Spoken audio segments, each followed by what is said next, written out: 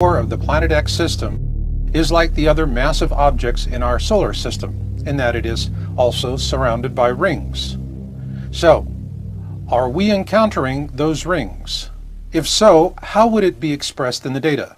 In this program, we're going to take you into the future to show you a cataclysm that means, well, frankly, the end of life as we know it. But it will not be the end of us. Looking out into the vastness of the universe, the greatest mystery is right here, right under our feet. The ultimate aim of all science, to penetrate the unknown. These are the stories that will make you say, what the fuck?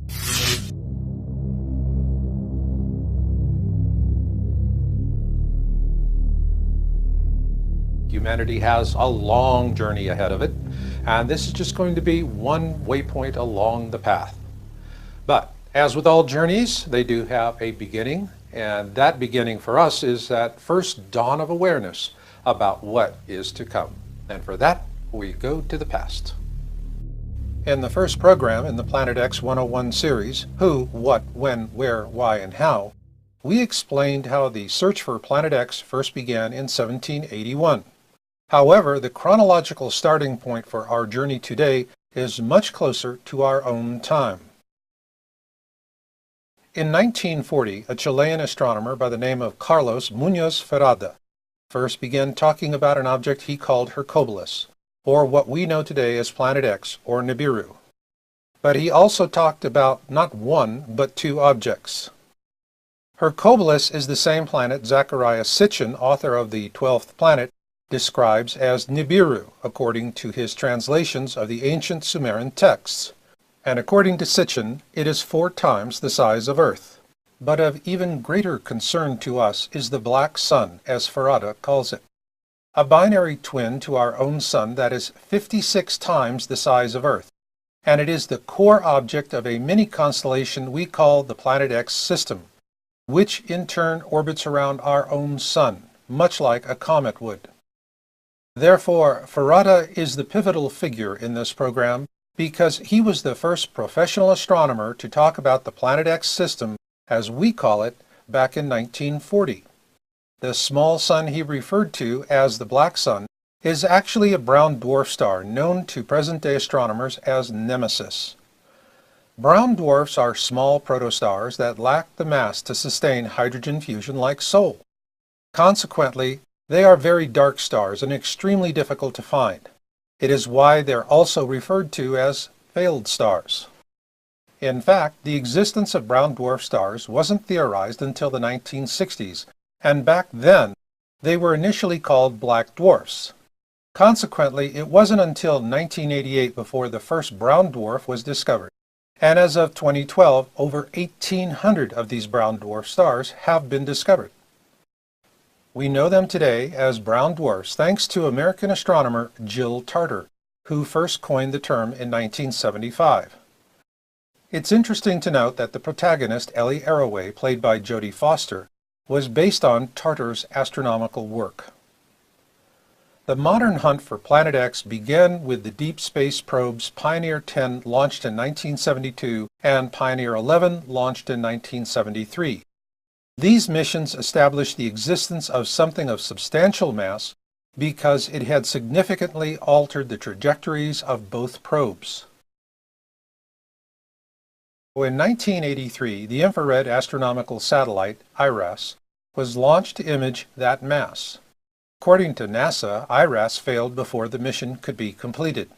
However, several government whistleblowers have since come forward to say IRAS had in fact imaged Planet X. It is also important to know that the disclosures of these whistleblowers are consistent with the news accounts of that time. Most notable was a New York Times article published on January 30th, 1983, which states, "More credence was given to the hypothesis that a brown dwarf accounts for the mysterious force. Moreover, a brown dwarf in the neighborhood might not reflect enough light to be seen far away," said Dr. John Anderson of the Jet Propulsion Laboratory in Pasadena, California. Keep that name in mind as we move forward to 1988. This is a 2013 capture of Dr. John Anderson's NASA bio page. So what we know about this astronomer is that he does indeed work for NASA, and that he has been following the topic of Planet X for years. Frankly, he's in a league of his own as the last of the honest NASA astronomers to come forward on this topic. In a June 14, 1988 interview with the Victoria Advocate titled Pioneer 10 Still Searching, Anderson is directly quoted as saying, "We have a 90 to 99% confidence that Uranus and Neptune are being disturbed, and by one candidate for that is a single Planet X." Sourced from the Google News service, Yowza.com first published this Victoria Advocate interview with Dr. Anderson on March 18, 2012, in an article titled "The Planet X Cover-Up in the Mainstream Media." Immediately after publication of that article, the entire Victoria Advocate edition for that day was removed from the Google News Service site. No doubt, our tax dollars at work once again. Redactions aside, 1988 was still a bellwether year for Planet X research, thanks to the efforts of Dr. Robert S. Harrington, chief astronomer for the United States Naval Observatory, because in October of that year he published a paper titled "The Location of Planet X." And here you see Dr. Harrington being interviewed by Zecharia Sitchin, author of The 12th Planet, for a network documentary. In that interview, Dr. Harrington showed Sitchin an orbital diagram for Planet X. Interestingly enough, in this illustration created by Dr. Harrington, we see the description, orbit of Nibiru. The very same planet that Sitchin maintains exists according to his translation of the ancient Sumerian texts. It is likewise noteworthy that Harrington commissioned the construction of a special telescope for a Planet X sky survey, which was conducted in 1991 at the Black Birch Observatory in New Zealand. Those observations were based on Harrington's calculations, and the films were delivered directly to NASA and never seen again. And in a manner of speaking, neither was Harrington. As reported in our Yowza.com article, Planet X and the Mysterious Death of Dr. Robert Harrington, this courageous astronomer died on January 23, 1993, from a rapid onset of esophageal cancer. Many believed he was assassinated, as do we. Today, NASA has replaced the Planet X research of men like Anderson and Harrington with a Planet X debunker by the name of David Morrison, a man who maintains that Planet X does not exist and who never misses an opportunity to humiliate anyone with an interest in the topic. So in response to David Morrison, I offer my first Planet X article published in January 2002 as way of introducing a pithy insight from the man who helped me to write that article. He was Dr. Brian Geoffrey Marsden, and at that time he was a senior astronomer at the Smithsonian Astrophysical Observatory. Regrettably, he passed away in 2010, and to honor his memory, I believe something he once told me is the best way to respond to David Morrison. The failure to observe an object only means that you have failed to observe the object. It should be noted that following the mysterious death of astronomer Robert Harrington in 1993, the Planet X topic went dark in the mainstream media because it had become a death topic. And with that, we now take a big step forward to the year 2006. On April 26, 2006, Yowza.com was the first to break the story on the South Pole Telescope in terms of Planet X. The SPT, as it is commonly referred to as, is a 10-meter diameter telescope located at the Amundsen-Scott South Pole Station in Antarctica. Simply put, it is the ideal infrared telescope for observing anything rising up from the southern skies, like the Planet X system and its brown dwarf. The official reasons given for constructing this telescope in the most inhospitable region of the world sound noble, but in fact do not justify the expense. The Amundsen-Scott South Pole Station is only accessible by way of specially modified C-130 aircraft. Consequently, flying in the telescope and its support building was a Herculean effort.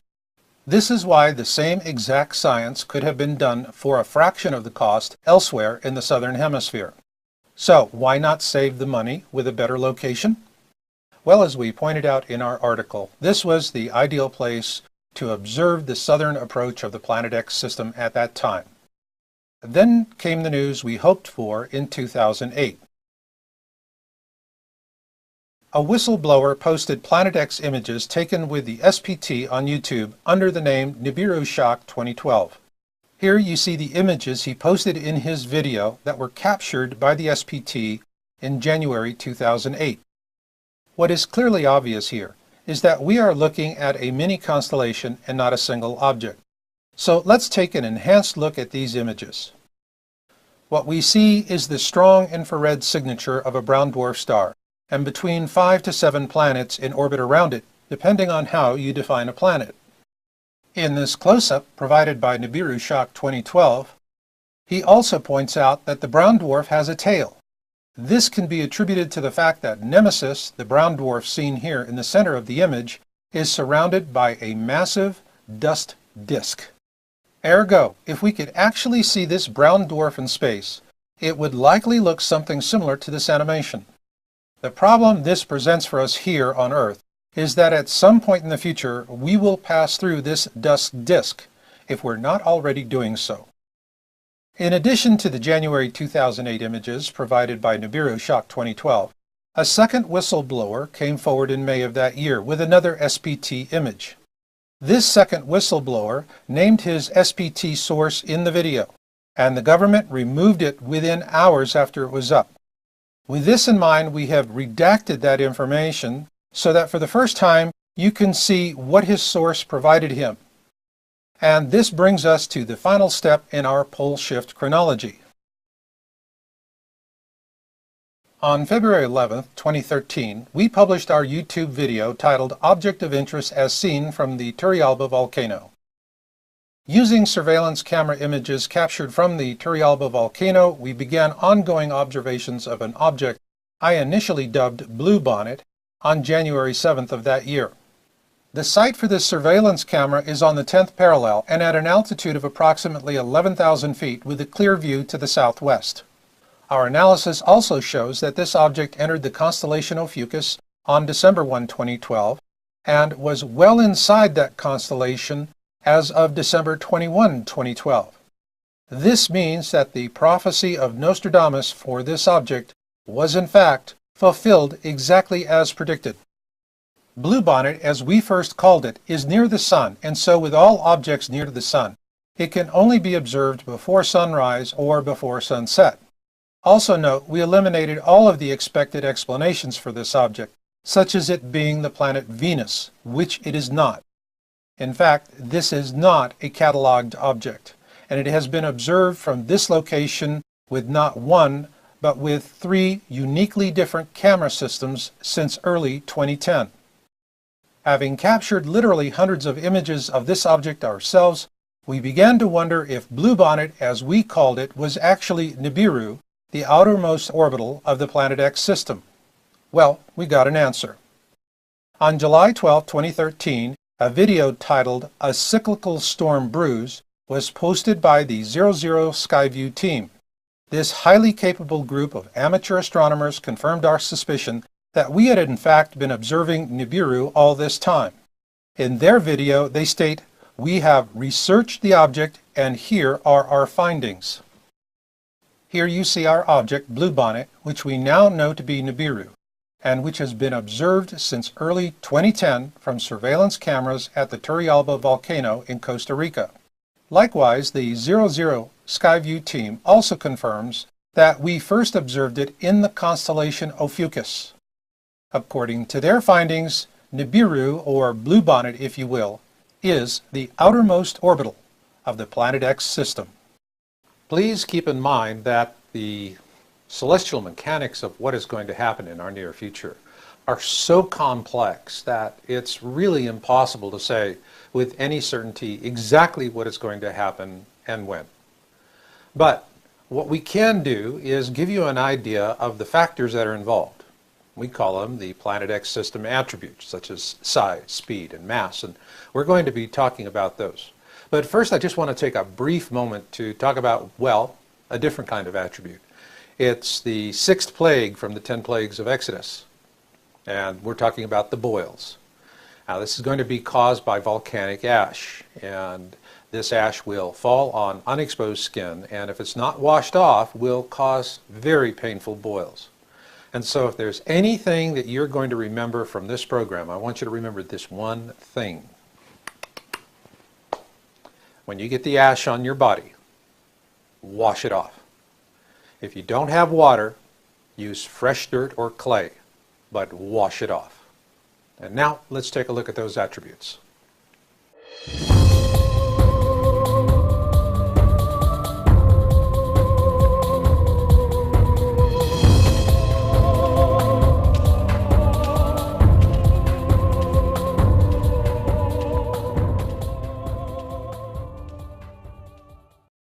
In the opening of this program, we had a feature piece on Carlos Ferrada, and when I watched that for the first time, it really tore me up, because as a Planet X researcher, I could see in my mind what he was seeing in his mind, and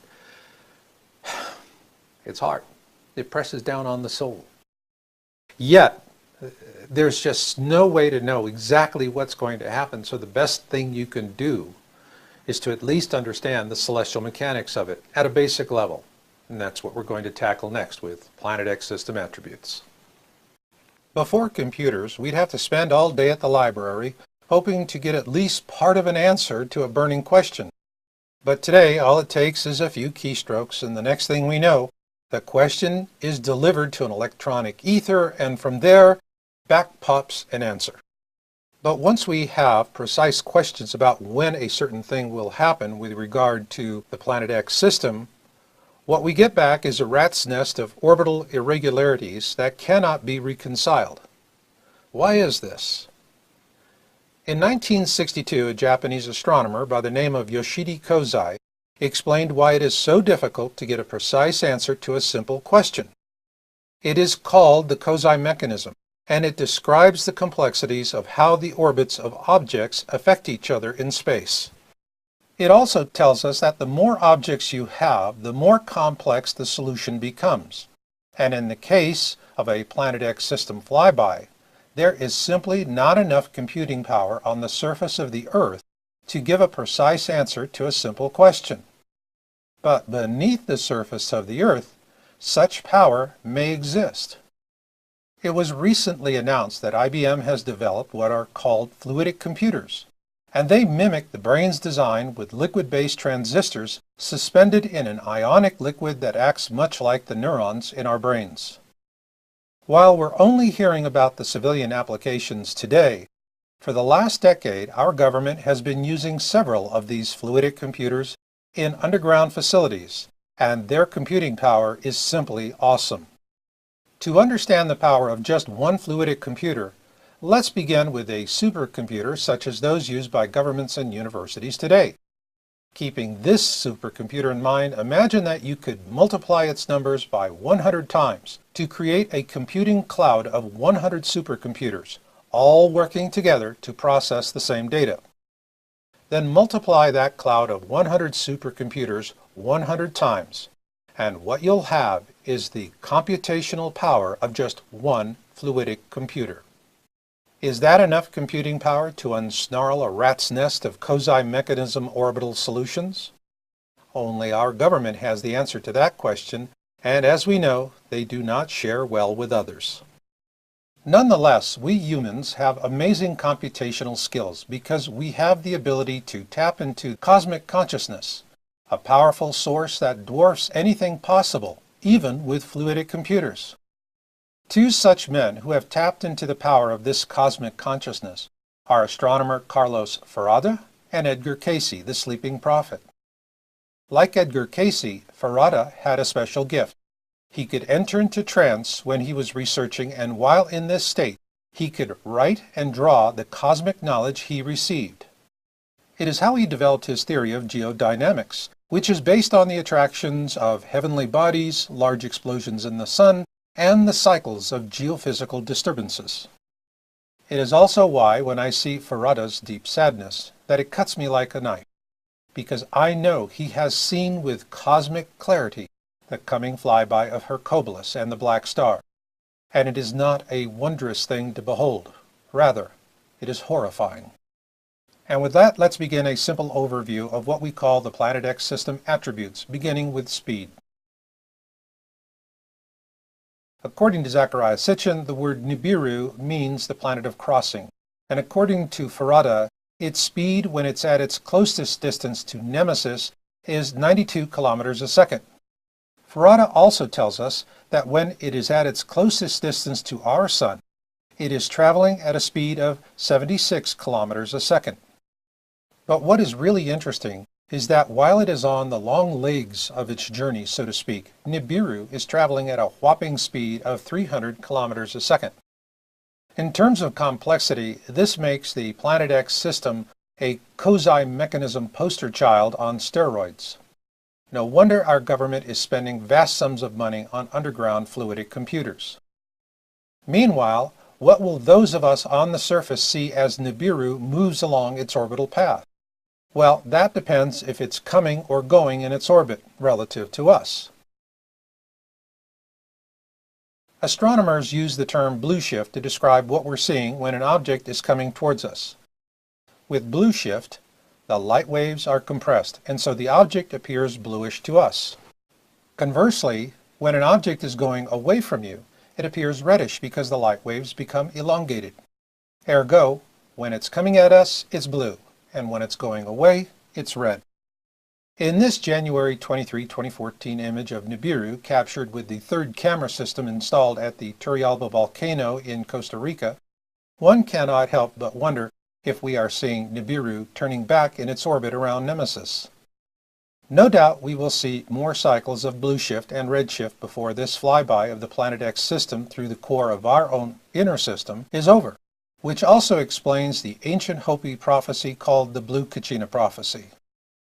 The Blue Kachina prophecy tells us that we will see a blue object in the sky which will be a harbinger of trouble. Following that, we will see a red Kachina, and it will cause a great suffering for us. The Hopi assure us that this happened before and that it will happen again. This now brings us to the attribute of size. We live on Earth, and so it is natural that we humans have an Earth-centric view of the cosmos. Consequently, when it comes to long distances in space, the core measurement is called an astronomical unit, which is roughly the distance from the Earth to the Sun. For this reason, we'll likewise use an Earth-centric model to define the sizes of Nibiru and Nemesis.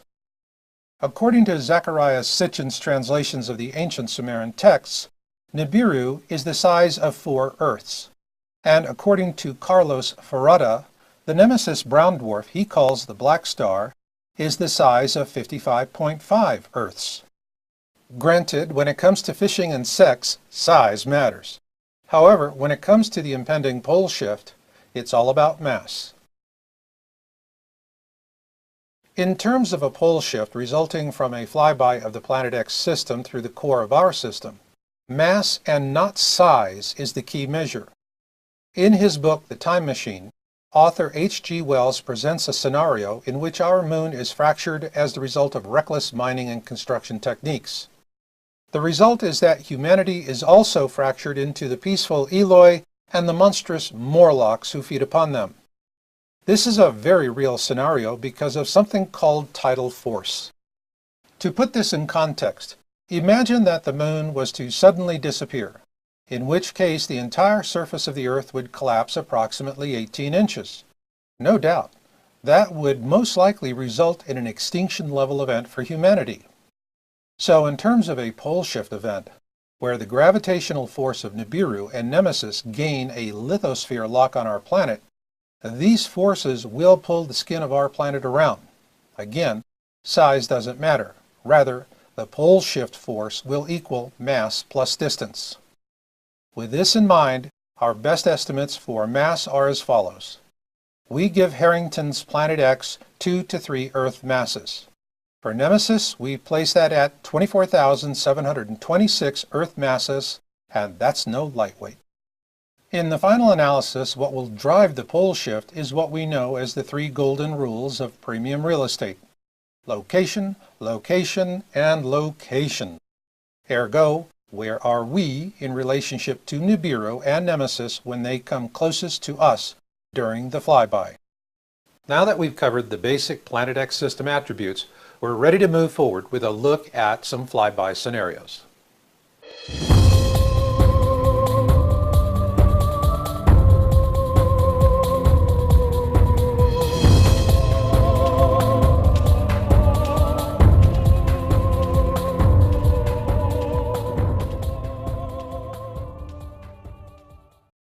Next up, we're going to present three different Planet X system flyby scenarios. Please note, these are not predictions. Also note that what does apply here are the three golden rules of premium real estate: location, location, location. Where are we in relation to it as it is coming around the sun? Now, to help put that in context, we're going to first explore a concept called catastrophism. In my book, Crossing the Cusp, Surviving the Edgar Cayce Pole Shift, I present an explanation of how life evolved on this planet. It's called catastrophism, and it predates what we currently teach, which is Darwinism. Like creationism, catastrophism tells us that the cycle of evolution goes through long periods of quiescence, punctuated by brief moments of extreme violence which reorder life on the planet. Catastrophism, like Darwinism, is based on data, whereas creationism is based on belief. Therefore, there are no arbitrary time frames. This is because Darwinism and catastrophism are based on a deep time understanding of the evolution of life on our planet.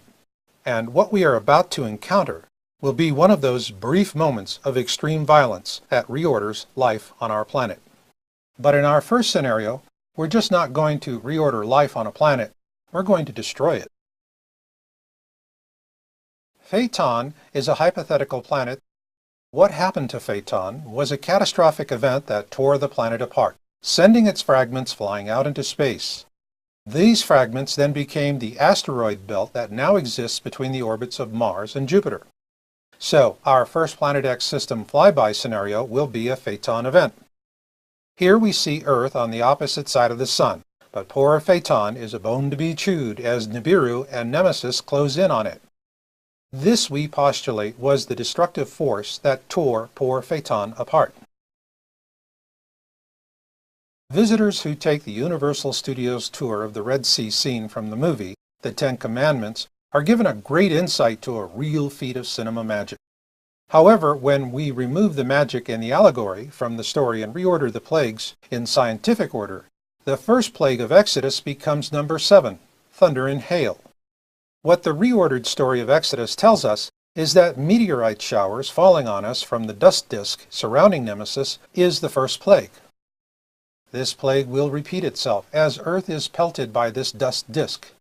We'll see meteorite showers the likes of which we could not imagine. The damage of these meteorites will be substantial and long-lasting because they'll contain something called schrebersite, a deadly combination of iron, nickel, and phosphorus only found in meteoric iron. The iron in the schrebersite is what caused the first plague in the biblical account, namely the turning of the waters to blood. To understand why, simply visit a local brickyard. They'll tell you that in order to make those wonderful red bricks we use to decorate our homes with, they add iron to the mix. This is why the iron in the schrebersite will once again turn our waters to the color of blood, and it will result in a dramatic reduction in potable drinking water for all of us. Meanwhile, the phosphorus in the schrebersite, plus warmer surface temperatures, such as those we're already seeing these days, will trigger huge blooms of blue-green algae. These algae blooms will generate vast amounts of microcystin, which is highly toxic and can kill plants, animals, and humans. And here in our illustration of the Exodus scenario, we find Earth on the opposite side of the Sun, just as it was during the Phaeton event scenario, with one notable exception. This time, there is no Phaeton. So, what we've seen with these first two scenarios is that Earth was fortunate enough to be on the other side of the Sun during this final stage of the Planet X system flyby. So, what happens if we are not so lucky the next time. In a 2008 Project Camelot interview, government whistleblower Bob Dean announced that our worst fears would be realized during this coming flyby. That Earth would be on the wrong side of the Sun as the Planet X system began its downward track back into the furthest reaches of our solar system. No doubt astronomer Carlos Ferrada saw this as well when he predicted that during this coming flyby, Nibiru will come within 14 million kilometers of the Earth. Consequently, the pole shift, as envisioned by Carlos Ferrada and predicted by Edgar Cayce, will happen for the very reason given by whistleblower Bob Dean. That Earth is just simply going to be at the wrong place and at the wrong time, and so it will be a real tribulation for humankind. First will come increased seismicity, which is already happening, followed by increased volcanism, which also is already happening. Then there will be the deep impact events that many of our modern astronomers and scientists are warning us about, and then will come the tidal forces of Nibiru and Nemesis as they gain a lithosphere lock on Earth. Then they'll pull the skin of our planet around. So now the big question is, will the pole shift happen in our lifetime? Well, the government knows for certain because they've got the fluidic computers. But, as the old saying goes, they don't share well with others. The best we can do in the meantime is, well, take our best shot. You decide.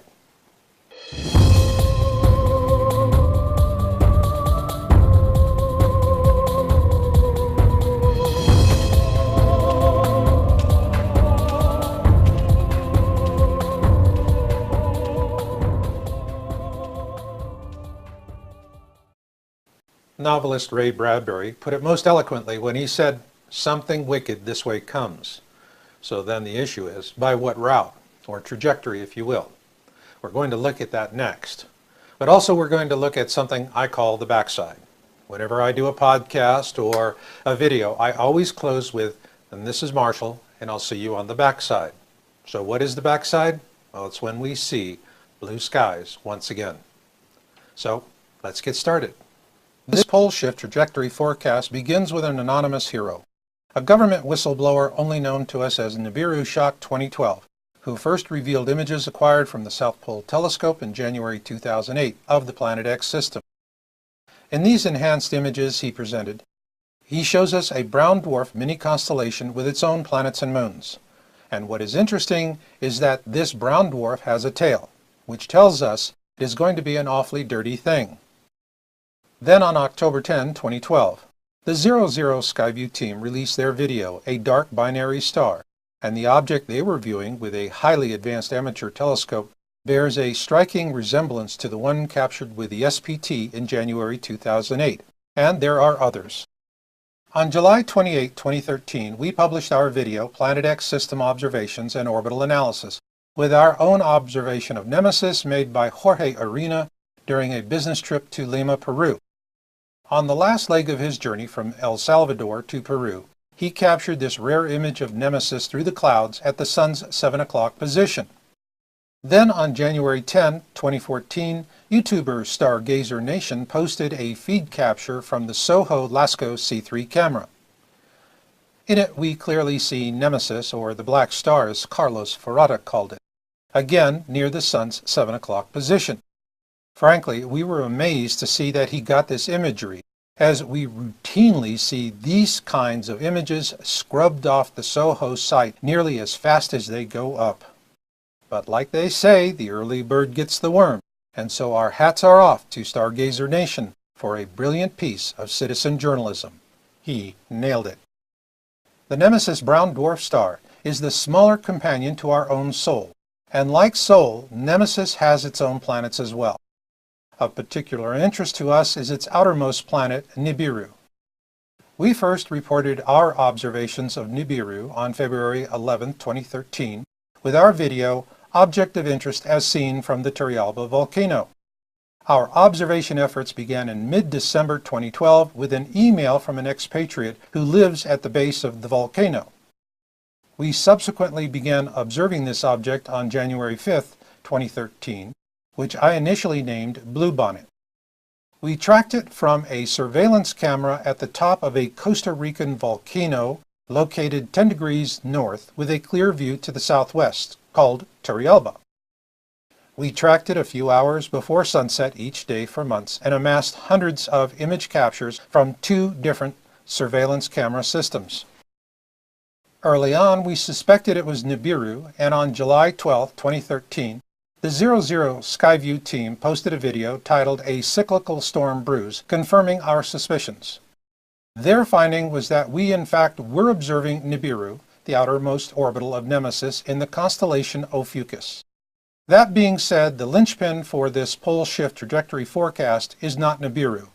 Rather, it can only be one object, Nemesis. For this reason, we'll use the January 10, 2014 Stargazer Nation capture of Nemesis from the SOHO LASCO C3 camera as that linchpin. And so here is our pole shift trajectory forecast, starting with the SOHO observation in January of this year. Here we see Nemesis and Nibiru in conjunction with Earth on the opposite side of the Sun, with Nemesis just below the ecliptic and Nibiru just above. Keep in mind, Earth is already seeing evidence of increased solar radiance, resulting in a corresponding increase in seismicity and volcanism. Also keep in mind a 2008 Project Camelot interview with government whistleblower Bob Dean about the coming of Nibiru. In that interview, Dean was quite explicit in his statement that the flyby would occur while Earth and Nibiru are on the same side of the Sun. And so our pole shift alignment forecast is for some time after 2016. We are also very certain that sometime in 2016, both Nibiru and Nemesis will be naked eye visible from everywhere on Earth. This will likely be about the time Nemesis reaches its point of perihelion with Sol, in other words, its closest distance to our Sun. The pole shift event will occur when Nemesis crosses the ecliptic on its outward leg to the furthest reaches of our solar system. At this point, both Nemesis and Nibiru will be in opposition to Earth, and that is when their combined tidal forces will gain a purchase on the lithosphere of our planet, thereby causing a pole shift in which every major body of water will come out of its basin. During this time, we will see both Nemesis and Nibiru, and our planet will also be pelted by the Nemesis dust disk. Also, there will be catastrophic interactions between our Sun and both Nemesis and Nibiru, resulting in catastrophic solar storms, which will scorch the surface of our planet. This will be a time when we need to take refuge below ground. Likewise, there will be terrible impact events all throughout this flyby, and these will leave lasting scars on the land and turn our summers into long winters. But worse yet will be the earthquakes created by this solar onslaught and the ensuing volcanism. And for those living along the coastlines, death will befall them with brutal walls of hydraulic sandpaper, grinding them apart. Then will come the coup d'etat, a catastrophic pole shift event that will be as harsh for those living under the ground in the safety of their bunkers as it will for those living on the surface. The elites will suffer harshly as well. And in these times, we will see old lands fall beneath the waves as new lands rise up, and once Nemesis and Nibiru are beyond our sight, we will look up to see an ugly sky. But remember, this too shall pass, and in the fullness of time, this ugliness will fade away from human existence as we enter what I call the backside, a time when we see blue skies once again. And as those who survive this flyby start to sort themselves out, Mother Nature will wash clean these new lands with powerful rains, and in time, life will come to the barren wastes. Then in the fullness of time, our planet will once again become a verdant paradise, lush and green. And those who make it to the backside will taste the clean, sweet waters of a new reality, and humanity will once again hear the laughter of children at play. And who will be the ones to survive and to make it to the backside, to see those beautiful blue skies once again? I believe it'll be those who have chosen to walk humbly with their God, because the meek truly will inherit the earth. And I'll leave it on that note. So until the next time we meet, remember Marshall's motto: destiny comes to those who listen, and fate finds the rest. So learn what you can learn, do what you can do, and never give up hope. This is Marshall, and I'll catch you on the backside. Let's assume that the brown dwarf at the core of the Planet X system is like the other massive objects in our solar system, in that it is also surrounded by rings. So, are we encountering those rings? If so, how would it be expressed in the data? In this program, we're going to take you into the future to show you a cataclysm that means, well, frankly, the end of life as we know it. But it will not be the end of us. Looking out into the vastness of the universe, the greatest mystery is right here, right under our feet. The ultimate aim of all science, to penetrate the unknown. These are the stories that will make you say, what the fuck?